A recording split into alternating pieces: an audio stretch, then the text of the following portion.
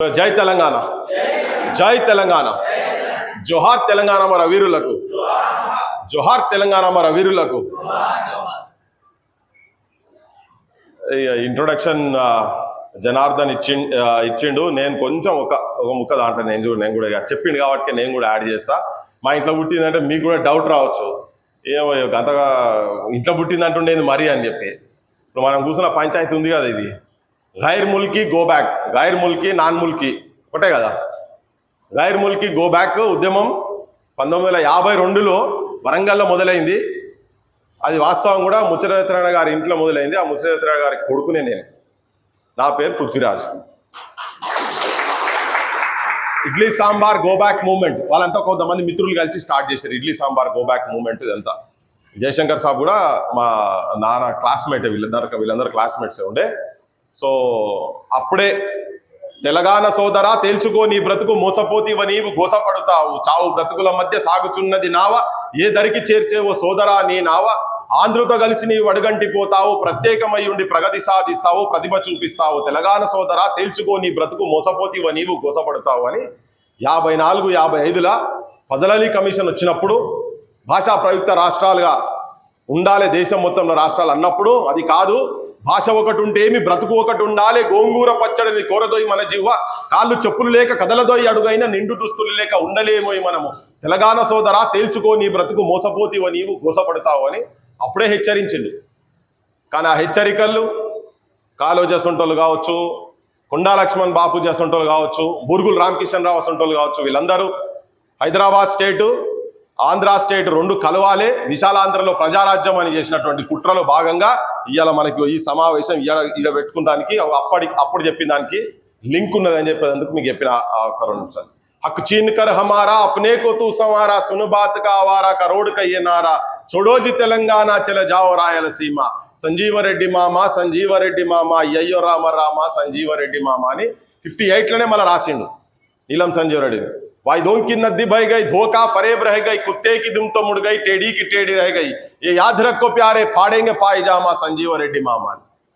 नीलम संजीव रेड्डी ने 58లోనే నువ్వు ఇక్కడికి వెళ్ళి అన్ని సామాన్ బగల్ మే అప్నా బస్తా, కటోచి घर का रास्ता, जुड़ता ना अपना रिश्ता, शैतान और फरिश्ता అని. ఇగో ఈ అన్ని పాటలు పుట్టినాయి, ఈ సాహిత్యం పుట్టింది మా ఇంట్లో. అందుకనే తన చెప్పిండు కాబట్టి నేను జస్ట్ స్మాల్ ఇంట్రడక్షన్ తెలుసుకున్నా. అది చెప్పిన ఇక్కడ కూర్చుంటే నాకు మేము యూనివర్సిటీలో ఉన్నప్పుడు వెళ్ళనా, మేమంతా తిరిగే క్రమంలో ఒకటి ఓ ఎంఏ చేసే సమ్మన్న, ఓ ఎంఎస్సి చేసే సదన్న, మన బతుకులు బాజార్ల వడ్డాయో, బీఈడి చేసే బాలన్న, మన తెలంగాణ ఆగమాయరో, నౌకరి రాని ఎంకన్నా. విన్నారా ఈ పాట? ఇన్లే? అరే మీరు తెలంగాణలో ఉన్నారా లేదా అసలు? అరే మీరు పుస్తకాల పురుగు రాయింది అందరూ, ఓన్లీ లైబ్రరీ ఇల్లా? అరే కష్టమే ఇది. మన తల్లిదండ్రులు తిప్పల పడుతుండ్రు, అప్పులైనా సరే చదువుకోమంటుండ్రు, వాళ్ళ ఆశంతా మన మీద ఉన్నదే సూర్యాపేట జానన్న, మన ఆశ కొలువు మీద ఉన్నదే నల్లాగొండ జానన్న. ఇట్లా ఒక్కొక్కరి మా దగ్గర సర్కిల్లో ఉన్నటువంటి పేర్లు రాసుకునే యూనివర్సిటీలో ఇట్లా అన్ని పెట్టి ఒక్కొక్క జిల్లాను పెట్టుకుంటా ఏ సమస్యలు ఎట్లా ఉన్నాయని రాసుకొని పాడే పాట మళ్ళీ మిమ్మల్ని చూస్తే నాకు గదే గుర్తుకొచ్చింది. మహేంద్ర మాట్లాడుకుంటే చెప్పిండు కదా, ఇంద్ర మాట్లాడుకుంటా అన్నాడు, సంవత్సరం నుంచి ఇదే పనిలో ఉన్నది. ఇదే పని ఇప్పటి నుంచి కాదు, తెలంగాణ ఆంధ్ర కలపక ముందు నుంచి ఉద్యోగాల పంచాయతీ. జీవో 36 కావచ్చు, 610 జీవోను ఆగమాగం చేసిండ్రు, రాష్ట్రపతి ఉత్తర్వులు ఉత్తమాట చేసిండ్రు, గిర్గ్లాని రిపోర్టును గిర్ర తిప్పిండ్రు, ముల్కీ నిబంధనలు మూలకేసి నూకిండ్రు, అల్కగున్నమని చెప్పి అన్నింట్లా ముంచిండ్రు, తెలంగాణ తల్లి బిడ్డలం ఒరి తమ్ముడా తెగించితే ఊరుకుంటామా ఒరి తమ్ముడా, జైగొట్టు తెలంగాణ జెండెత్తు తెలంగాణ అనుకుంటా మేము యూనివర్సిటీలో 90s తర్వాత తిరిగినటువంటిది అన్ని గుర్తుకొస్తుంటే, ఇవన్నీ మొత్తం తెలంగాణ వచ్చిన తర్వాత తిప్పలు పోతాయి, ఉద్యోగాలు వస్తాయి అని అనుకుంటే, ఇప్పుడు మళ్ళా సూర్యాపేటలో కూర్చొని మళ్ళా ఘోరంగా సభలు మళ్ళా మొదలుపెట్టడం స్టార్ట్ అయింది. 93-94 నుంచి ఇట్లనే భావజాల వ్యాప్తి గురించి ఎక్కడెక్కడ ఎట్లెట్లా ఏమేం మోసాలు జరుగుతున్నాయి. ఈవెన్ 69లో కూడా పట్టణాల్లో చూడు, మెట్ట భూమిలో చూడు, ఆఫీసులో చూడు, ఆఫీసర్ను చూడు, ఆంధ్రమయమే అంతా అంధకారమే అంతా అని, అంతా ఆంధ్రోళ్ళదే అని నిన్న ముఖ్యమంత్రి మాట్లాడుకుంటేదో స్టేట్మెంట్ ఇచ్చారు. కలెక్టర్లు కావచ్చు, మీరు ఐవీఎస్ కావచ్చు, ఐపీఎస్ కావచ్చు, ఏమేమో స్టేట్మెంట్ చూసి ఇంతకుముందు పేపర్లో చదివినది. దీని మీద ఐఏఎస్లు ఐపీఎస్లు అందరి మిఠాయి చందమామలే, మేనేజర్లు, డాక్టర్లు, వైస్ ఛాన్సలర్లు, ప్రిన్సిపాల్లు, ఆ క్లర్క్ కొలువులు కూడా అది కూడా ఆంధ్రోళ్ళకి అయిపోయింది.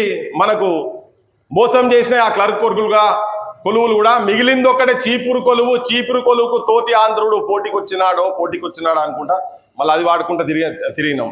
దగాపడ్డ నా తెలంగాణము గుండె సప్పుడిని అనుకుంటా, ఈ గుండె సప్పుడు వినుకుంటా తెలంగాణలు తిరిగి అట్లో ఇట్లో చేసి 1200 మంది సావుల తర్వాత తెలంగాణ రాష్ట్రాన్ని తీసుకొచ్చుకున్న తర్వాత ఇప్పుడు 10 సంవత్సరాలు 11 సంవత్సరాల తర్వాత మళ్ళా నౌకర్ల పంచాయతీ మళ్ళీ ఎక్కడేసిన గొంగడ అక్కడనే ఉన్నది. దీనిలో లాభం ఎవరికి జరిగింది అంటే 69ల 369 మంది చచ్చిపోతే వాళ్ళ శవాల సాక్షిగా చెన్నారెడ్డి అంటే ఆయనే, వెంకట్ సామ్ అంటే ఆయనే, ఇవాళ గ్యాంగ్ ఉన్నది కదా, ఇప్పుడు వెలుగు పేపర్ ఉన్నది కదా, చాలా గొప్ప లెక్క చూపిస్తున్నారు. ఇప్పుడు ఆయన కూడా తెలంగాణను ముంచిపోయిన ఆయన కూడా వెంకట్ సామ్ కూడా 11 మందిలో ఆయన కూడా ఒకటి, అంతేనానే కరెక్ట్గా చెప్పేది. ఇప్పుడు చాలా గొప్ప ఆయన విగ్రహాలు పెడుతున్నారు. అటువంటి వాళ్ళు ఆడ హైదరాబాద్లో పెద్ద పెద్ద విగ్రహాలు పెడుతున్నారు. నిన్న కూడా ఆయనది పెట్టిరుగా, రోషయ్యది ఒక విగ్రహం పెట్టిరుగా. ఇక్కడ తెలంగాణ దమనకాండకు సావుకు తెలంగాణ పల్లెన రక్తపాతం సృష్టించినటువంటి వ్యక్తినట గాంధేయవాదట. ఎవరు? కొనిజేటి రోషయ్య అట. నేను నిన్న మాట్లాడుకుంటూ చెప్పిన యూనివర్సిటీలో ఒక ర్యాలీకి పర్మిషన్ ఇవ్వకుంటే ఆ ర్యాలీ గేట్లు మొత్తం యూనివర్సిటీ గేట్లు పెట్టి లట్లతోని లోపల తలకాయలు వలగొట్టిర్రు, కాలిరగొట్టిర్రు పోలీసు వాళ్ళు.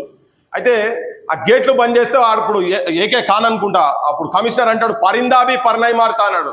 అంటే పరిదా అంటే గద్ద కూడా రెప్పలు కొట్టలేదు, అంత స్ట్రిక్ట్ గా చేసినాం మేము. అంటే అచ్చా బిడ్డ మీరు ఇట్లా అయినరా, మీ ఒక కానిస్టేబుల్తో మాట్లాడుకుంటా ఒక యాదయ్య ఎరికేనా మీకు? యూనివర్సిటీ ఎంట్రన్స్ లో తల్ల పెట్టుకున్నాడు కదా, మీకు గుర్తుకుందా? ఒక కానిస్టేబుల్తోనే అప్పుడు ఇద్దరి మధ్యలో ఒక వాళ్ళకును ఇతనికి మధ్యలో మాట ముచ్చట జరుగుతుంది. అయితే ఆయన చెప్తాడు అయిపోయింది మీ ఉద్యమం అయిపోయింది 1:30 అయిపోయింది, అందరినీ గేట్ లోపల పెట్టి ఒక్కరిని కూడా బయటికి రానియాలంటే అప్పుడు రూముకు పోయి 7 పేజీల లెటర్ రాసి అచ్చా మీరు మమ్మల్ని బతుకుండంగా మమ్మల్ని బయటికి రానియారా, నేను సచ్చుకుంటూనైనా బాటలో పోతా అని చెప్పి యాదయ్య యూనివర్సిటీ గేట్ కాడికి వచ్చి ఆయన సూసైడ్ లెటర్లు రాస్తాడు. నా చావు తర్వాతనన్నా కానీ తెలంగాణ వస్తుంది, తెలంగాణ రావాలి, తెలంగాణ వచ్చేదాకా కొట్లాడాలి, తెలంగాణ వస్తే నౌకర్లు వస్తాయి, మన కుటుంబాలు బాగుపడతాయి కనుక తెలంగాణ ప్రజలకు తెలంగాణ నిరుద్యోగ యువకులకు భవిష్యత్తులో నౌకరు రావాలనే ఉద్దేశంతో నేను చచ్చిపోతున్నా అని చెప్పని లెటర్ రాసి చచ్చిపోయిండు. కానీ అలా చచ్చిపోయి ఇన్నేళ్ళు అవుతుంది. ఎవరు అనాథ యాదయ్య, తల్లి లేదు తండ్రి లేదు, జాబ్ చేసుకుంటూ వచ్చిన సగం జీతంలో తన సగం జీతము ఆర్ఫన్ హోమ్స్కి ఇచ్చేటువంటి వ్యక్తి. కానీ ఇలా వీళ్ళందరూ చచ్చిపోయిన తర్వాత అంటే అంత దమనకాండ సృష్టించినటువంటి అప్పుడు కనీసం స్వేచ్ఛ లేక మీ దగ్గర సాయి ఇంజనీరింగ్ స్టూడెంట్ సాయి కూడా క్యాంపస్ లో ఫస్ట్ సూసైడ్ చేసుకున్నాడు. ఏంటంటే ఈ యాదయ్య చూసిన తర్వాత అంటే మమ్మలను కనీసం అమర్ల స్తూపం కాడికి కావచ్చు, అసెంబ్లీ కాడికి కావచ్చు, సెక్రటరియట్ కాడికి కావచ్చు, ప్రొటెస్ట్ కూడా పర్మిషన్లు ఇస్తలేరు కదా. నా ఒకటే ఒక కోరిక, ఆఖరి కోరిక ఏంటంటే నేను చచ్చిపోయిన తర్వాత నా శవాన్ని అమర్ల స్తూపం దాకా తీసుకుపోయి అక్కడి నుంచి మా ఊరికి తరలించాలి, ఇదే నా ఆఖరి కోరిక అన్నాడు. అటువంటి అంటే తెలంగాణలో ఇంత పైశాచికంగా జరుగుతున్నటువంటి పైశాచికత్వాన్ని చూపించినటువంటి కొనిజేటి రోషయ్య విగ్రహం మన అమరుల త్యాగాలను అపహాస్యం చేస్తున్నట్టుగా ఎక్కడ అమరుల స్తూపానికి 500 మీటర్ల లోపటనే విగ్రహాన్ని పెట్టి మన ఉద్యమాన్ని మన త్యాగాన్ని అపహాసం చేసేటువంటి ప్రయత్నము ఇప్పుడున్నటువంటి ముఖ్యమంత్రి రేవంత్ రెడ్డి చేస్తున్నాడు. నేను చెప్పేది కరెక్టేనా? ఈ ముచ్చట ఇట్లా పెట్టాల్సిన అవసరం ఉందా? ఆయన చెప్తాడు గాంధేయవాద అయితే యూనివర్సిటీలో ఇట్లా జుట్లు పట్టుకొని ఆడోళ్ళను హాస్టళ్ళకి వెళ్ళి ఇట్లా పెట్టి నేను అనలేను లకారాలు ఎంకారాలు మాట్లాడుకుంటా అంటే ఆ పొదలలో ఇట్లా పడేసి జిప్పులు తీసి ఆంధ్ర పోలీసు వాళ్ళ గురించి చెప్తున్నా. నేను చేసినటువంటి వాడిని, ఆ ప్రభుత్వాన్ని లీడ్ చేస్తున్నటువంటి వాడిని తీసుకొచ్చి విగ్రహాలు పెడితే దాని చుట్టూ మనం ప్రదక్షిణ చేయాలంటే ఇప్పుడు చాలా చాలా చాలా చాలా అవమానంగా ఉంది, చాలా ఘోరంగా ఉన్నది. వాస్తవం కూడా ఇప్పుడు మాట్లాడుకుంటా మా మిత్రుడు అశోక్ చెప్పిండు, ఇంతకుముందు సంజీవ్ చెప్పిండు, వీళ్ళందరూ చెప్తున్నారు మీరు నిజంగా మీరు రూమ్లలో కూర్చున్నాడు కాదు, కూర్చున్న తర్వాత కూడా మీరు చేతులలోకి వెళ్ళి ప్రపంచం మీ చేతుల్లో కాదు, దీంతో రెవల్యూషన్ స్టార్ట్ చేయండి. మన ఉద్యోగాలే ఉట్టిగా కాదు, మన ఉట్టిగానే టైంపాస్కి ముచ్చలు చెప్పి వీళ్ళు కాంగ్రెస్ వాళ్ళు రాగానే మేము ఉద్యోగాలు ఇస్తామనగానే జనార్దన్ వీళ్ళంతా కలిసి బస్సులు పట్టుకొని అశోక్ కూడా మీద కండువ వేసుకొని ఆ దుర్మార్గుని దించేందుకు తిరిగిన కదా నువ్వు కూడా అఫీషియల్గా పోయి 33 కాన్స్టిట్యున్సీలు 34 కాన్స్టిట్యున్సీలలో తెలంగాణ వీక్ ఉన్నది అని మా ఇంటికి కూడా వచ్చారు. వచ్చిన క్రమంలో నేనైతే కండువ పట్టుకొని నేను చెప్పే ముచ్చటే లేదని అంటే వీళ్ళందరిని బట్టి వీళ్ళందరూ కలిసి తిరిగిరు. ఇలా పరిస్థితి ఏంటంటే నిరుద్యోగుల గురించి మాట్లాడతాం మేము వచ్చంటే కూడా వీళ్ళకి అపాయింట్మెంట్ ఇచ్చే పరిస్థితి కాక ఉల్టా కేసులు పెట్టి వీళ్ళని బొక్కలు ఎప్పుడు వారాయాలని చూస్తున్నారు. ఈ అశోక్ అంటోడు గడికోసారి ఆడికిడి తిరుగుతున్నా అసలు వాని సంగతి ఏంది, వెనకేంది, ముంగటేంది, మాయి ముంతలు అంత ముందు లేవా, అంత ముందు తెలివయా? అంటే ఉద్యమాలలో తిరిగేటోళ్లను తెలంగాణ వచ్చిన తర్వాత కూడా ఇంకా క్రష్ చేసేటువంటి ప్రయత్నము ప్రస్తుతం ఉన్న పాలకులు చేస్తున్నారు. మనకేం కావాలి? ఉద్యోగాలు కావాలి. ఉద్యోగాలు ఏంటిది? మనం గొంతెమ్మ కోరికలు అడుగుతలేం కదా. వీళ్ళే పెద్ద పెద్ద పవర్ పాయింట్ ప్రజెంటేషన్లు ఇచ్చి కూర్చొని గత ముఖ్యమంత్రి వాళ్ళ ఇల్లు ఆయన కుటుంబ సభ్యులకు ఉద్యోగాలు వచ్చినాయి కానీ తెలంగాణకు రాలేదు, ఇంటికో ఉద్యోగం ఇస్తానని చెప్పిండు. వాస్తవం ఇంటికో ఉద్యోగం ఇస్తానని కేసీఆర్ చెప్పిండు, ఇయ్యలేదు. కానీ ఈయన వచ్చిన తర్వాత ఈయన చెప్పిండు, ఈయన మేనిఫెస్టోలో ఏం చెప్పిండు? 2 లక్షల ఉద్యోగాలు ఇస్తానడా లేదా? ఇస్తానడు కదా. మొదటి సంవత్సరమే జాబ్ క్యాలెండరు అన్నాడు. ఇవాళ జాబ్ క్యాలెండర్ గురించి మాట్లాడితే ఒకరొకరు చర్చ చూస్తేనైతే నాకైతే తమాషా అనిపిస్తుంది. జనార్దన్ పట్టుకొని అసలు నీ సంగతి ఏంటిది, నువ్వు ఎక్కడి మనిషివి, నీదేంటిది, నువ్వు అసలు ఎగ్జామ్ రాస్తోనివేనా కాదా? అంతకుముందు అట్లనే ప్రవళిక గురించి గట్లే మాట్లాడి అబాస్పాలైనరు. మొన్న ఈయన వచ్చినాక కూడా గట్లే మాట్లాడితే అందరు తీసి మూడబెట్టిరు. అంతేనా? అంటే నేను చెప్పదలుచుకున్నది ఏంటంటే ఏం పెద్ద తేడా లేదు ఆ పాలకులకు ఈ పాలకులకు మధ్య పెద్ద తేడా ఏం లేదు. కానీ మరి ఎట్లొస్తాయి వారివి? ఇప్పుడు చెప్పేటప్పుడు మనకు వాళ్ళ మాటలన్నీ రేవంత్ రెడ్డి అనగానే ఇంట్లో కూడా ఉండొచ్చు కొంతమంది ఫ్యాన్స్. రేవంత్ రెడ్డి మాట్లాడగానే మెసేజ్లు కొట్టి అప్పటి నుంచి జిందాబాద్ చేయన్నోళ్ళు, కానీ పనిచేయరుగా. ఏ రాజకీయ నాయకునికి ఎవరికి కూడా దయచేసి ఏ రాజకీయ నాయకునికి మీరు చదువుకున్నోలుగా తెలంగాణ భవిష్యత్తు నిర్మాణకర్తలుగా మీరు నిరుద్యోగ యువతరం, మీరు తెలంగాణ క్రీమ్, మీరంతా తెలంగాణలో అటువంటి క్రీమ్, మీరే మేధస్సు మీరేనా కదా. మీరు ఎగ్జామ్స్ ప్రిపేర్ అయ్యి మీరు కాబోయే అడ్మినిస్ట్రేటివ్ హెడ్స్ అనుకుందాం వాళ్ళు నౌకర్లు చక్కగా ఇస్తే. కానీ ఇలా ఏంటంటే పొలిటికల్ హెడ్స్కు తలకాయల మొత్తం స్వార్థము, పైసలు, బంగారము, పదవులు, ఈ ఆశలు మొత్తం తలకాయల నిండున్నాయి. కాబట్టి intelligence of the nation become shit of the nation లెక్క అయిపోయింది వాళ్ళు. మనం అంటే today's raw material is tomorrow scrap అనుకుంటూ తిరిగినాం. ఇలా నిజంగా కూడా ఇలా మీరంతా మేధస్సు రా మెటీరియల్ భవిష్యత్తు స్క్రాప్ కాబోతున్నది. కాకుండా ఉండాలంటే ఇప్పుడే జాగ్రత్తలు తీసుకోవాలి. బట్ చాలా మంది ఇప్పుడు బయట తిరుగుతున్నటువంటి వాళ్ళు చాలా మంది తెలంగాణలో పీజీలు పిహెచ్డీలు చేసిన వాళ్ళు కూరగాయలు అమ్ముకుంటున్నారు. సెంట్రల్ యూనివర్సిటీలో పిహెచ్డీ చేసినటువంటి ఒక విద్యార్థి లంబాడి బిడ్డ అమీర్పేటలో కూరగాయలు అమ్ముకుంటున్నారు. నమ్ముతారా మీరు? ఎందుకు అంటే నౌకరు లేదన్నా. మరి ఏం చేయాలి? ఎట్లా గడవాలి? నేను చదువుకోవాలి కూడా కదా. ఇంటికాడ అమ్మ నాయనకు భూమి లేదు. నేను పాడిన పాట మీరు విన్నారో లేదో, ఎందుకు ఏడుస్తున్నావు అమ్మ లంబాడోళ్ళ చెల్లెమ్మ, విన్నారు ఎక్కడన్నా? లంబాడోళ్ళ బతుకుల గురించి వింటరా? వినిపించాలా? ఓపిక ఉందా? ఎందుకేడుస్తున్నావమ్మ లంబాడోళ్ళ చెల్లెమ్మ, ఎవ్వారేమన్నారమ్మ లంబాడోళ్ళ చెల్లెమ్మ, నిన్నెవ్వారేమన్నారమ్మ లంబాడోళ్ళ చెల్లెమ్మ, కట్టేలమ్ముకునే కాడ కడుపు నమ్ముకుంటున్నావా, ఎందుకేడుస్తున్నావమ్మ లంబాడోళ్ళ చెల్లెమ్మ, ఎవ్వారేమన్నారమ్మ లంబాడోళ్ళ చెల్లెమ్మ. ఇట్లా కట్టెలు అమ్ముకునేటువంటి బతుకులకెళ్ళి వచ్చి తెలంగాణలో పీజీలు పిహెచ్డీలు చేసినటువంటి వాళ్ళు పట్టణాలకు వచ్చి సంచులు మోస్తున్నారు, ఇటుకలు మోస్తున్నారు, సిమెంట్ బస్తాలు మోస్తున్నారు, రాత్రిపూట ఆటోలు నడుపుతున్నారు, వాచ్మెన్లు ఉంటున్నారు. ఇప్పుడు నేను చెప్పినటువంటి మిత్రుడు అమీర్పేటలో వాళ్ళ కుటుంబం మొత్తం కూరగాయలు అమ్ముకుంటున్నారు. ఇది తెలంగాణలో ఉన్నటువంటి వాస్తవిక పరిస్థితి. ఒక్క లంబాడోలు కాదు. లంబాడోలు ఏంటంటే కన్న బిడ్డలను కూడా సాదుకోలేని సిచ్యువేషన్స్. కొన్ని కుటుంబాలు మంచిగా ఉండొచ్చు, కానీ సాదుకోలేని పరిస్థితులలో పుట్టిన బిడ్డలను పట్టణాలకు వచ్చి తిరుగు ప్రయాణం ఖర్చులు ఉంటే చాలని చెప్పని అమ్ముకొని పోయేటువంటి దుస్థితి మీద రాసినటువంటి పాట. అట్లా తెలంగాణలో చాలా సాహిత్యము, చాలా పాటలు ప్రజలను మేల్కొల్పి వాస్తవిక పరిస్థితులను సమాజానికి తెలియజెప్పేటువంటి ప్రయత్నంలో చాలా సాహిత్యాలు వచ్చినాయి, చాలా వింటూనే ఉన్నాం. కానీ అలా ఏంటంటే ఇంత చదువుకున్న తర్వాత మీరు రేపు భవిష్యత్తులో కూడా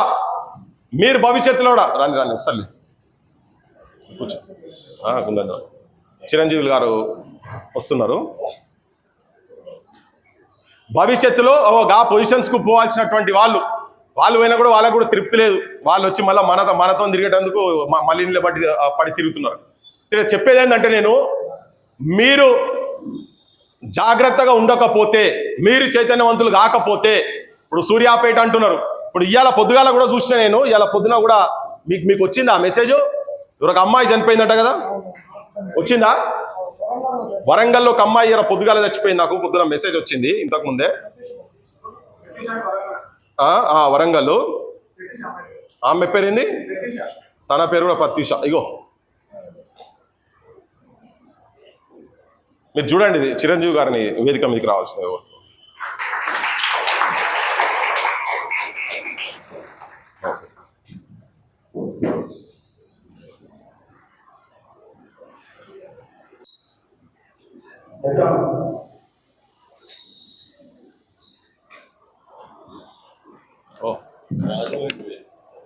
రాజు అండ్ వేణు కూడా వేదికకి రావాల్సిందిగా కోరుతున్నాను.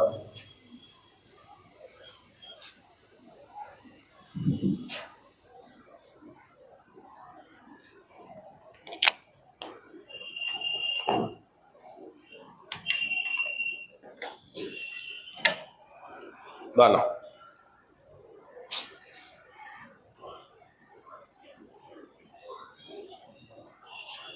ఆకలి అవుతుందా మీ అందరికీ?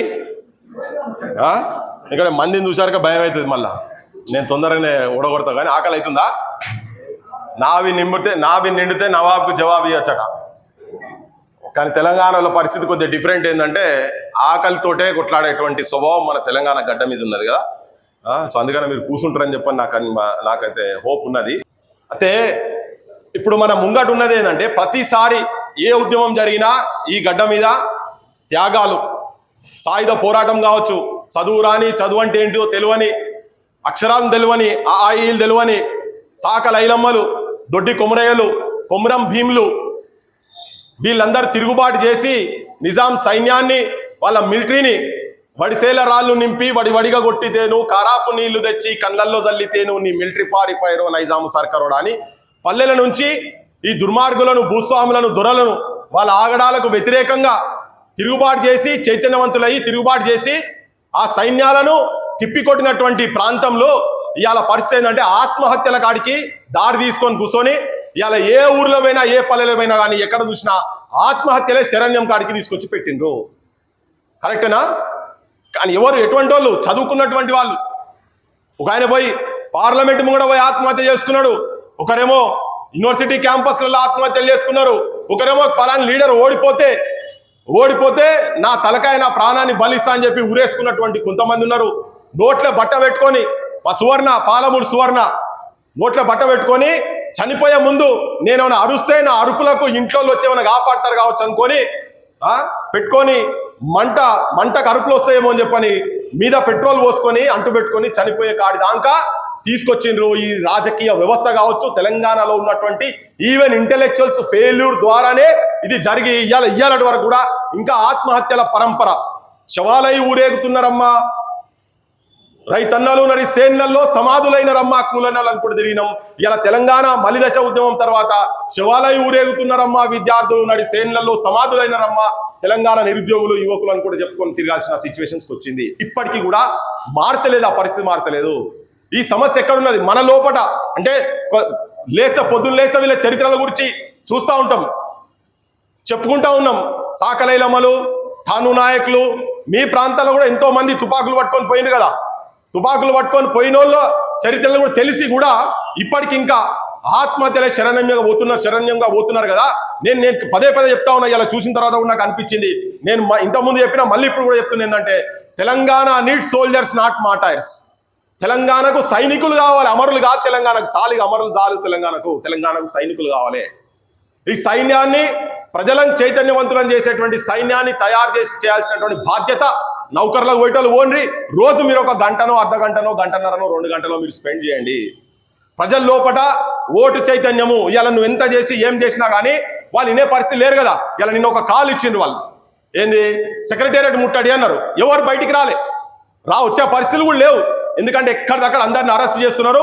వాళ్ళ దగ్గర ఉన్న ఏకైక ఆయుధం ఏంటంటే, ఆ చెల్లెని పట్టుకుంటారు, ఇంటికాడికి పోతారు, పోయేసి పొద్దుగాల వరకు తన మీద కేసు పెడతారు. లేకపోతే నిన్న ఆస్మా అని చెప్పి యూనివర్సిటీలో మాణికేశ్వర్ నగర్లో ఒక చెల్లెని అరెస్ట్ చేసిరు. అరెస్ట్ చేసే ప్రక్రియ ఎట్లా చేశారంటే వాళ్ళు ఫోటో పట్టుకొని మొత్తం వాడ మొత్తం తిరిగిండ్రు.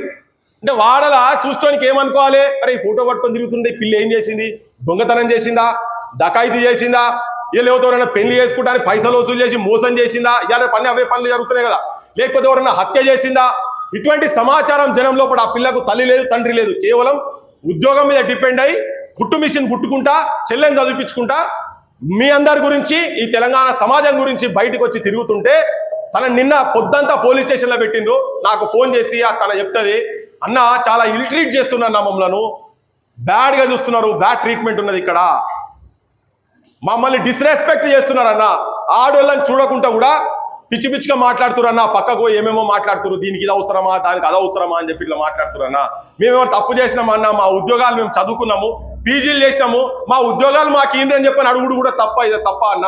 వాడు వచ్చి ఎవడెవడో ఒకటి సిఐ వచ్చి ఒక మాట మాట్లాడిపోతున్నాడు, ఏసీపీ అంటే ఆయన ఒక మాట మాట్లాడుతున్నారు, కానిస్టేబుల్ అంటే ఒక మాట మాట్లాడుతున్నారు. ఇంత దరిద్రంగా తీసుకొచ్చి నెట్టేసి కేసులు పెడతామనే ఒక భయంకరమైన సిచ్యువేషన్. నిన్న జనార్దన్ కూడా మొత్తం మొన్న రాత్రి నుంచి జనార్దన్ సూర్యాపేట పోలీస్ స్టేషన్ లేచి కూర్చోబెట్టారు. నాకేం సంబంధం లేదా, మేము భావజాల వ్యాప్తి చేసేందుకు మేము సిద్ధమైనవని. ఒకవేళ సెక్రటేరియట్ ముట్టడే కనుక చేస్తే మొత్తం తెలంగాణ నుంచి మొత్తం కదలాలి, జనం మొత్తం తెలంగాణ నుంచి కదలాలి.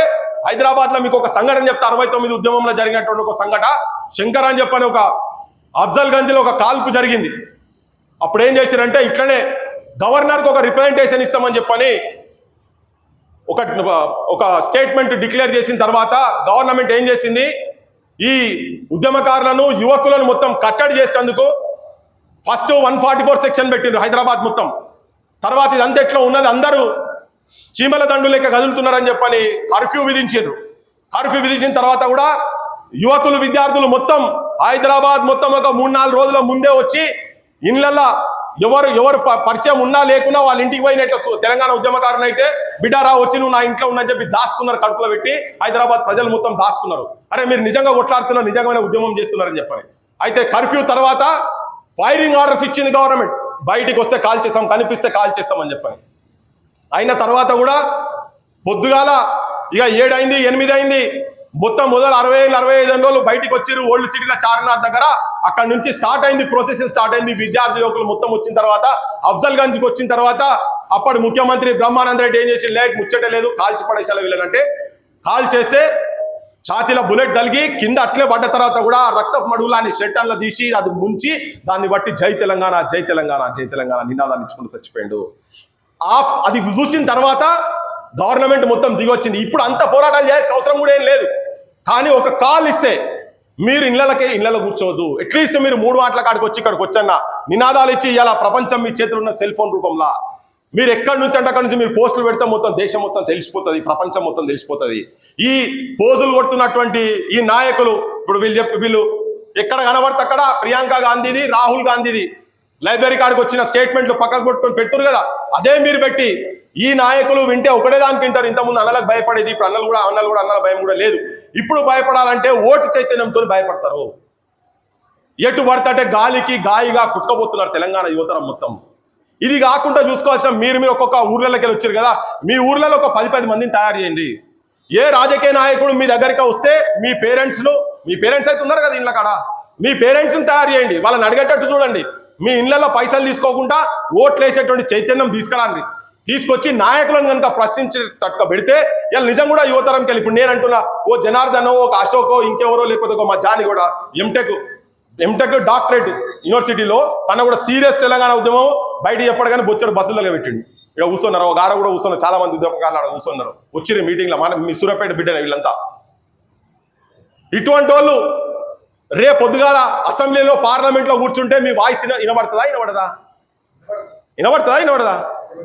కానీ రాజకీయ నాయకుల దగ్గర తొత్తులుగా ఉన్నటువంటి వాళ్ళ సైడ్ ఉంటే మాత్రం ఇది కాదు, అస్సలే కాదు. మీరు ఎంతమందినే నిలబెట్టుండి, కొజ్జోడు ఎక్కడ పోయినా కొజ్జోంతో ఏం కాదు. అయితే ఏమన్నా నీకు వ్యవస్థ ముందుకు పోవాలంటే నిజంగా ఒక మేల్ కావాలంటే ఇటువంటి వాళ్ళని పెట్టుకుంటే కుదరదు. సో నువ్వు కరెక్ట్ వ్యక్తులను కనుక గ్రామ స్థాయి నుంచి రేపు పంచాయతీ స్థాయి నుంచి ఇప్పటి నుంచే స్టార్ట్ చేయండి. ఇది నేను అనుకుంటున్నది ఏదో రేపు ఎల్లుండో ఒడిసిపోయేది కాదు. ఇప్పుడు రేపు పొద్దుగాల ముఖ్యమంత్రి వచ్చి ఇట్లా మాట్లాడాలని ఒక ముగ్గురు నలుగురు పిలుస్తాడు, పిలిచేసి కూర్చోబెట్టుకొని చేసి ఏ ముచ్చటే లేదు, అయిపోయింది ఇప్పటిదాకా అయిపోయింది, ఇప్పుడైతే ముచ్చటే లేదు, గత 9 సంవత్సరాలు మీరు ఒక పాపాత్మని చూసిరు, దుర్మార్గుని చూసిరు, మళ్ళా మొత్తం బూతులు తిడుతూనే ఉంటారు. ఇంతకుముందు ముఖ్యమంత్రిని తిట్టిగా నాకు అయిపోయింది, నేను మొన్నటిదాకా నాకు ఈ పనులలో బిజీగా ఉంటే నాకు ఇయ్యాలని మనస్ఫూర్తిగానే ఉన్నది, కానీ ఇక నాకు వీలు కాలేదు, జర పైసలతో కూడా పరిశాన్ ఉంది, అయిపోయింది, ఇప్పుడు పైసలు కూడా అంతా సెట్ చేసుకున్నా, ఇక వెంటనే నేను రాగానే మళ్ళీ ఉద్యోగాలు ఇస్తాను, కానీ ఎవరు నమ్మకండి. అయిపోయింది రాజకీయ వ్యవస్థ మీద నమ్మకాలు నాకైతే పోయినాయి. అట్లానే మీరు మళ్ళా ముందుకు వచ్చి ఈ త్యాగాలు ఆత్మహత్యల సైడ్ మాత్రం దయచేసి పోవద్దు. కానీ కొట్లాడాల్సిన అవసరం ఉన్నది. ఎక్కడ సభలు జరిగితే ఎక్కడ ఏమైతే, కానీ ఇంట్లో కూడా చెప్పేటోని మాటలు కూడా మీరు కూడా గ్రహించిండ్రు. ఎవరెవరు ఏమేమి మాట్లాడుతుండ్రు, ఎవరెవరు ఏమేమి చేస్తున్నారు, ఎవరెవరు ఆచరణతో కూడినటువంటి వాళ్ళు ఎవరెవరు ఉన్నారో కూడా మీరు కూడా గ్రహించాల్సిన అవసరం ఉంది. మీరు ఎడ్యుకేట్ అయితేనే కదా పల్లెలు ఎడ్యుకేట్ అయ్యేది. మీరు మొన్న ఇప్పుడు మీరు చెప్పుకుంటున్నారు, చాలా మంది కాంగ్రెస్ వాళ్ళు ఏమంటున్నారు, మేము మా చేపట్టే వచ్చింది. ఇప్పుడు రేవంత్ రెడ్డి అడిగితే ఏమంటాడు, నేను ఏమన్నా నల్ల వల్ల బిడ్డను నేను తొడగొట్టిన తర్వాత పులి వచ్చిందని చెప్పి ఓట్లు వేసింది అంటున్నాడు. అది కరెక్ట్? అది వాస్తవం? అది కాదు కదా. వీళ్ళు బస్సులలో పోతే ఊర్లలో పోతే వీళ్ళు కాదు, అసలు అమరుల కుటుంబాల మీటింగ్ పెట్టిన ఆయన అంటే నాకు హనుమంతరావు చెప్పిండు, అవ్వనక్కని తిడతారు కాదే అన్న, ఆడికెళ్ళి మేము పోతే 5 మంది కూడా వచ్చేటట్లేదు, అవ్వనక్కని తిడతారు, మా వాళ్ళంతా వచ్చి ఒకటే మొత్తుకుంటారు, సార్ మీరు ఏమైనా చెప్పారు కానీ కుటుంబాల దగ్గర మాత్రం మమ్మల్ని పంపించకురా. మరి మీరు చేసింది అదే పని కానీ ఆమె లంగ పని చేశారు. మరి ఎవరు పంపించాలి? ఈ సంధానకర్తలు ఎవరు కావాలి? చదువుకున్నోళ్ళు కావాలి, నిజాయితీ పరులు కావాలి, నిస్వార్థంగా సమాజాన్ని ఒక డైరెక్షన్ ఇచ్చిన వాళ్ళు కావాలి. ఎవరు కావాలి? అప్పుడు గుర్తుకొస్తారు. అశోక్ చాలు గుర్తుకొస్తాడు, మా విఠల్ గుర్తుకొస్తాడు, పృథ్వీరాజ్ గుర్తుకొస్తాడు, జనార్దన్ గుర్తుకొస్తాడు, అర్జున్ గుర్తుకొస్తాడు, శృతి గుర్తుకొస్తారు, వీళ్ళందరూ గుర్తుకొస్తారు. రాగానే వీళ్ళు కూడా సరే ఆశకు మా జనరేషన్ బాగుపడుతుంది కావచ్చు అని వీళ్ళు మొత్తం పోయి ఇళ్ళ కాడికి పోయి ముసలోళ్ళ దగ్గర కూర్చొని కూడా అదే మా కేసీఆర్ దీపం ఇంటి దీపము మాకు 2000 పెన్షన్ ఇచ్చిండు ఆయన తప్ప ఇంకోనికి ఏమని చెప్పి వాళ్ళంటే, అయ్యో కాదా నాయన మాకు 40,000 జీతం వచ్చేదాన్ని కథం పట్టించి మీకు 2,000 బిచ్చం వేస్తున్నాడు అని చెప్పని ఇనటోన్ని ఎట్లు వినిపించాలో గదమ పట్టడంతో గదమ బట్టి కడుపు తలకాయ బట్టి కాళ్ళు మొక్కి ఓట్లు వేస్తే వాళ్ళు గద్దెకెక్కి కూర్చున్నారా లేదా? కూర్చున్నాక ఇప్పుడేంది, ఇప్పుడు వాళ్ళు జాడిచ్చి వాళ్ళ మీదే కేసులు పెడుతున్నారు, వాళ్ళ మీదే పోలీసు వాళ్ళు వాళ్ళ పొద్దున్న లేస్తే వాళ్ళకి ఎట్లా అయిపోయిందంటే గడియ గండం లెక్క అయిందంటే. నేను చెప్పేటందుకు చాలా సులభంగా ఉంటుంది కావచ్చు, కానీ ఒక 4 రోజుల నుంచి వచ్చి ఇక్కడికి వచ్చి కూర్చొని ఒక మీటింగ్ ఇంతమందిని నేను లెక్క పెట్టినా, మీరు ఇక్కడ ఒక 55 నుంచి 60 మంది ఉన్నారు ఇక్కడ. సరే 100 మంది వచ్చి పోవచ్చు, వేరే విషయం. ఈ 55 నుంచి 60 మంది అంటే ఒక క్లాస్ రూమ్. మా అశోక్ చెప్పే దాంట్లో ఒక క్లాస్ రూమ్కు సగం క్లాస్ రూమ్ అవుతుందే ఉందో లేదు, నేను ఎప్పుడైనా క్లాస్ చూడలే. కానీ ఇంతమందిని ఇక్కడ కూర్చోబెట్టి ఏం మెసేజ్ తెలుసుకున్నాడు? ఉట్టి జనార్దన్ గురించి అంటే ఇవాళ రేపు పొద్దుగాల నేను ఇయ్యాటి నుంచి మొత్తం వదిలిపెట్టాడు, జనార్దన్కి ఒక పదవి ఇచ్చేస్తారు, ఎక్కడో దగ్గర నౌకరిస్తారు, బరాబర్ చెప్తున్నాను ఇచ్చేస్తారు. కానీ వీళ్ళు అట్లా పోకుండా ఈ 8-10 మందో 20 మందో వీళ్ళు ఎవరైతే అమరులు వాళ్ళ ప్రాణ త్యాగం చేసి తెలంగాణ భవిష్యత్తు గురించి నౌకర్ల గురించే చచ్చిపోయినరు, వాళ్ళ నిజమైన వారసులుగా ఇటువంటి వాళ్ళు మొత్తం నిలబడి భవిష్యత్తు గురించి కొట్లాడుకుంటూ ఇక్కడికి వచ్చి ఓ 4 రోజుల నుంచి ఇక్కడ కూర్చొని రాత్రి పూట ఆయన ఎందుకు కూర్చోవాలి, ఆ పోలీస్ స్టేషన్లో ఎందుకు కూర్చోవాలి? ఇవాళ సమాజం అట్లున్నదా? ఎవడెవడన్నా మంచి చేద్దామంటే కూడా పిచ్చోడు రాబాయి వాడు అంటారు. కానీ ఇటువంటి పిచ్చోళ్ళతోనే తెలంగాణ వచ్చింది, రేపు ఇటువంటి పిచ్చోళ్ళతోనే నౌకర్లు కూడా వస్తాయని చెప్పదలుచుకున్నాను నేను. మాకు కూడా ఏం పిచ్చి చెప్పు, ఎందుకు ఇదంతా తిరగాలని? కానీ ఒక్కొక్కరి బ్రాటప్ ఒక్కొక్క తీరు ఉంటుంది. ఒకరు సమాజం గురించి బతుకుతారు, ఒకరు సమాజం గురించి ప్రాణత్యాగం చేస్తారు. సో ఇటువంటి వాళ్ళ సైడు మీరు యువతరంగా నిరుద్యోగులుగా వాళ్ళు ఏమన్నా నిజంగా ఏమన్నా కాల్ ఇస్తే మీరైతే సినిమాలకు పోతారు కదా, ఊర్లో పంటనైతే ఎక్కడికైనా పోతారు కదా, ఒక 100-200 మీరు తీసుకొచ్చుకుంటారు కదా. నాకు ఇలా పొద్దుగాల ఫోన్ చేసి పొద్దుగాల చెప్తున్నాడు అంటే నిజంగా కూడా బాధలు ఎట్లున్నాయంటే అక్కడ హైదరాబాద్లో చదువుకుంటోళ్ళకు పూటకు లేదు, అబద్ధాల బతుకులు బతుకుతున్నారు. 5 రూపాయల అన్నం తిరిగి చదువుకుంటున్నారు. కారం పొడి కావచ్చు, కారం పొడి ఇంత నూనె పోసుకొని నెలలు కాదు సంవత్సరాల కొద్దీ చదువుకుంటా తల్లిదండ్రులను కూలి పని చేసే తల్లిదండ్రులను కావచ్చు, ఇంట్లో ఎవరో ఒకరు త్యాగం చేసి వ్యవసాయం చేసి కూలి పని చేసి ఇంట్లో ఒకరిని చదివిపిస్తే వాళ్ళ బాధలు ఆ కుటుంబాల భవిష్యత్తును వాళ్ళ మీద వేసుకొని చదువుకున్నటువంటి వాళ్ళు పట్టణాలలో చుంటున్నారు. వాళ్ళ పేదరికం లేదని నేను చెప్తలేను, కానీ అయినా కానీ ఒకవేళ ఇటువంటి సమావేశాలు ఇంకా భవిష్యత్తులో జరిగినప్పుడు మీ బాధ్యతగా మీరు యాడుంటే ఆడ ఇటువంటి మీటింగ్లు ఉన్నప్పుడు మీరు పార్టిసిపేట్ చేస్తే ఈడ జనం ఫుల్ కనబడితే నాయకులకు చల్లగైతుంది, వాళ్ళ సాప కింద నీళ్లు వస్తున్నాయి, వాళ్ళ తడుస్తున్నది అనేది ఉంటేనే వాళ్ళు వింటారు, లేకపోతే వినరు. వింటారా? ఏం పోయేది ఉన్నది చెప్పు. ఇప్పుడు రాత్రి వచ్చి వాళ్ళకి ఏమున్నది తెలుసా? ఈ నిరుద్యోగులతో ఏమవుతుంది రాబాయ్, నిరుద్యోగులతోని రాత్రి నోట్ల కట్టలు పంపించేస్తే ఖతం అయిపోతుంది. ఎంతసేపు వాడిని బొర్రించి వీడిని బొర్రించి జనార్దన సొంటలో 4-5 లోపడేసి పడేస్తే లొల్లుడిచిపోతుంది అంటున్నారు. అట్లనే జరుగుతున్నాయి కదా. కుల సంఘాలుగా అమ్ముడు పోతున్నారు మొత్తం. అట్లా పోకుండా ఉంటే తప్ప ఇవాళ ఏమున్నది, నువ్వు ఎంత చేసి ఏం కొట్లాడినా కానీ ఎలక్షన్స్ ముందు వచ్చి మళ్ళీ పైసలు ఇచ్చేసేస్తే వాళ్ళు ఓట్లు, వాళ్ళకి రావాల్సింది ఏంటంటే అధికారం. నేను చెప్తున్నది నేను చాలా ముఖ్యమైన మూలమైన అంశాలు ఇవన్నీ. వీటిని కనుక పరిగణలోకి తీసుకోకుండా ఉంటే తెలంగాణలో ప్రాణత్యాగం జరుగుతూనే ఉంటుంది. తెలంగాణలో ఏ కుటుంబం కూడా మనశ్శాంతితో ఉండేటువంటి పరిస్థితి తెలంగాణలో ఉండదని చెప్పి నేను మీ అందరికీ విజ్ఞప్తి తెలుసుకున్నా. సమాజం కూడా ఖతమైపోయింది. ఇటువంటి వాళ్ళు కూడా తగ్గిపోయినరుగా, మా సొంత వాళ్ళు కూడా తగ్గిపోయారు. మాకు చూస్తేనైతే ఏడ కనబడతలేరు, చక్కగా ఏడ కనబడతలేరు. కనబడితే ఇక వీళ్ళ మీద మామూలు బద్నాములు కాదు. నేను కావాలని ఎందుకు చెప్తున్నా అంటే ఇవన్నీ చాలా బయట మార్కెట్లో ఒక బ్యాడ్ టాక్ తీసుకుపోయే ప్రయత్నం చేస్తున్నారు. వీళ్ళు వెనకేదో ఉన్నది, వీళ్ళ ముందటేదో ఉన్నది. ఏం లేదు, వెనక ముందు ఏం లేదు. ఉద్యోగాల గురించి, తెలంగాణ నిరుద్యోగుల గురించి, తెలంగాణ భవిష్యత్ సమాజం గురించి వీళ్ళు పాటుపడుతున్నారు. కాబట్టి ఇటువంటి వాళ్ళ చేతులల్లా మీరందరు నిరుద్యోగ యువతరం రాజకీయ నాయకుల సైడ్ కాదు మీరు ఉండేది. ఒకవేళ వాళ్ళ వెనకాల కూడా రాజకీయ నాయకులు ఉంటే నేను పదే చెప్తుంటా, మీరు వాళ్ళని ఫస్ట్ పక్కకు పెట్టండి. తెలంగాణలో నిజమైన ఇంటెలెక్చువల్స్ ఎవరు ఉన్నారో అటువంటి వాళ్ళ అడుగు జాడలో మీరు నడవండి. మీ వెంబడి సమాజం నడుస్తుందని కూడా చెప్తున్నా నేను. ఇలా ఎవరో అడవిలో పోయి 40 ఏళ్ళు పోయి బయటకు వచ్చిన తర్వాత ఊర్లు తండోపతాండాలకు వచ్చి వాళ్ళని చూస్తా ఉన్నారు కదా. ఆ త్యాగాలు అటు జరుగుతున్నాయి, ఇటువంటి త్యాగాలు ఇక్కడ జరుగుతూ ఉన్నాయి. దీనికి ఫుల్ స్టాప్ పెట్టాలంటే మీరు మీ మెదడులకు మేత పెట్టాల్సిన అవసరం ఉన్నది. నిజాయితీగా నిస్వార్థంగా ఉండేటువంటి రాజకీయ నాయకత్వాన్ని ముందుకు తీసుకురావాల్సిన అవసరం ఉన్నది. ఇప్పటి నుంచి కూడా ఎక్కడ సమావేశాలు జరుగుతాయి, ఇది ఇక్కడ ఆగేది కాదు. రేపు వరంగల్ కాకతీయ యూనివర్సిటీలో పెట్టదలుచుకున్నాం, అక్కడ కూడా జరుగుతుంది. ప్రతి దగ్గర పెట్టి అప్పుడు ఒక కాల్ ఇస్తే, ఒక స్టేడియమో ఇంకెక్కడో కాల్ కనుక ఇచ్చినప్పుడు అప్పుడు మీరందరూ వచ్చి మేము చాలా భీకరంగా కొట్లాడుతున్నాము. కానీ ఏంటంటే ఇప్పుడు వాళ్ళ గవర్నమెంట్ సిచ్యువేషన్ ఎట్లా ఉన్నదంటే, చచ్చిపోయిన కుటుంబాలు, ఈ ఆకారం ముచ్చట చెప్పి నేను ముగిస్తా. చచ్చిపోయిన కుటుంబాలకు ఎంతమంది చచ్చిపోయారు? మొన్నటి ఉద్యమంలో ఎంతమంది చచ్చిపోయారు? ఎంతమంది చచ్చిపోయారు? 1200 మంది అని చెప్పి మనం కాదు, కేసీఆర్ అసెంబ్లీ సాక్షిగా చెప్పిండు. రేవంత్ రెడ్డి కూడా చాలా సందర్భాలలో చెప్పిండు. కానీ ఒక 550, 560 మంది మట్టుకే గవర్నమెంట్ గుర్తించి వాళ్ళకి ఇంట్లల్లో ఇంత చిన్నది అటెండరో గిటెండరో ఊడ్చేదో మోసేదో ఒక నౌకరు ఇచ్చిండ్రు. ఇంకంతే వాళ్ళని పట్టించుకుంటలేరు. 10 లక్షల రూపాయలు అప్పుడు మొఖాన వారేసారు, ఖతం అయిపోయింది. ఈ ముఖ్యమంత్రి అప్పుడు పిసిసి ఉన్నప్పుడు రేవంత్ రెడ్డి ఏం చేసిండంటే, నేను రాగానే 1200 మందికి, మొత్తం ఉన్న 1200 మందికి అందరినీ ఐడెంటిఫై చేసి వాళ్ళందరికీ ఉద్యోగాలు ఇస్తా 100 రోజుల లోపల అని చెప్పిండు. వాళ్ళందరిని ఆదుకుంటా, నా గుండెలో పెట్టుకొని చూసుకుంటా అని చెప్పిండు. ఉద్యమకారులకు 25,000 రూపాయలు పెన్షన్ ఇస్తా, 250 గజాలు ఇస్తా, ఇదంతా 100 రోజుల లోపలనే చేస్తా అని చెప్పిండు. నేను చెప్పే మాట కాదు, వాళ్ళ మేనిఫెస్టోలో పెట్టింది. కానీ ఎంత దుర్మార్గులు అంటే, ఇలా వాళ్ళ అప్లికేషన్లు పట్టుకొని పోయి మాకు రాలేదు, ఇక మా సావులకి ఇట్లా అయినాయి, ఇగో మా మీద మా పిల్లలకి ఇట్లా చనిపోయినాయి చెప్పి పిటిషన్లు తీసుకుపోయి ఇస్తే ఎవరు పట్టించుకున్న పాపాన పోలే. ఇలాంటికి 18-19 నెలలు అవుతున్నది. ఒక్క 18 మందిని కాదు కదా, ఒక్కని కూడా ఐడెంటిఫై చేయలే.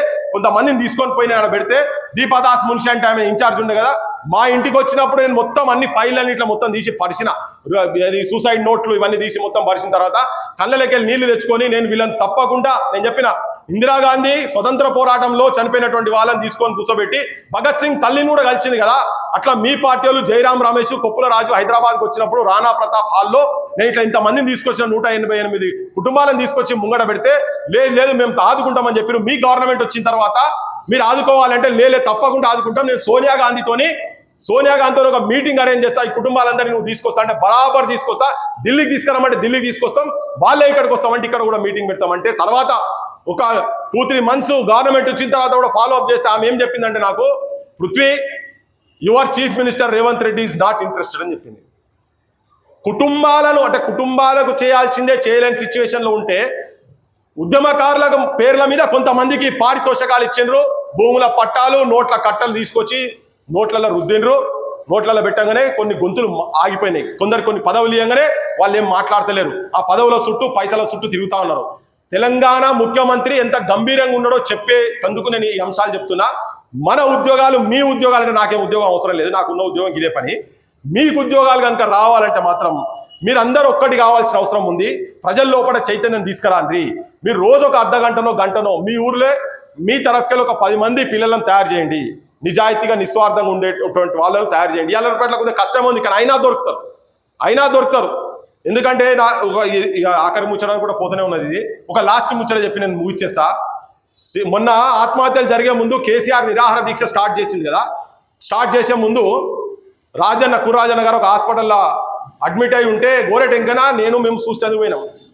మా గోరెటెంకన ఏమన్నా మా ఇద్దరి మధ్యలో కొద్దిగా డిస్కషన్ జరిగింది. గోరెటెంకన ఏమన్నా అంటే ఇవాళ రేపటి పొరగాలంతా ఆడి పొరగాలు అట్లే తయారు, మగ పొరగాలు అట్లే తయారు, జీన్స్ టీ షర్ట్లు ఆడలు కూడా వేసుకుంటూ తిరుగుతున్నారు, ఎవరికి తెలంగాణ లేదు, పట్టి లేదు, త్యాగం లేదు, మను లేదు, ఏం మాట్లాడుతున్నావు అని అంటే, అరే గట్టెట్లా మాట్లాడతావు, వాళ్ళు ఉంటారు వీళ్ళు ఉంటారు.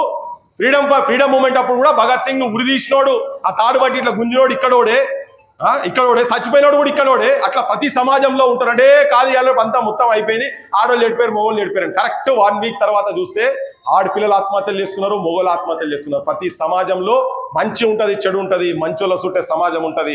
ఆ మంచోళ్ళను తయారు చేసినటువంటి బాధ్యత మీ మీద ఉన్నది.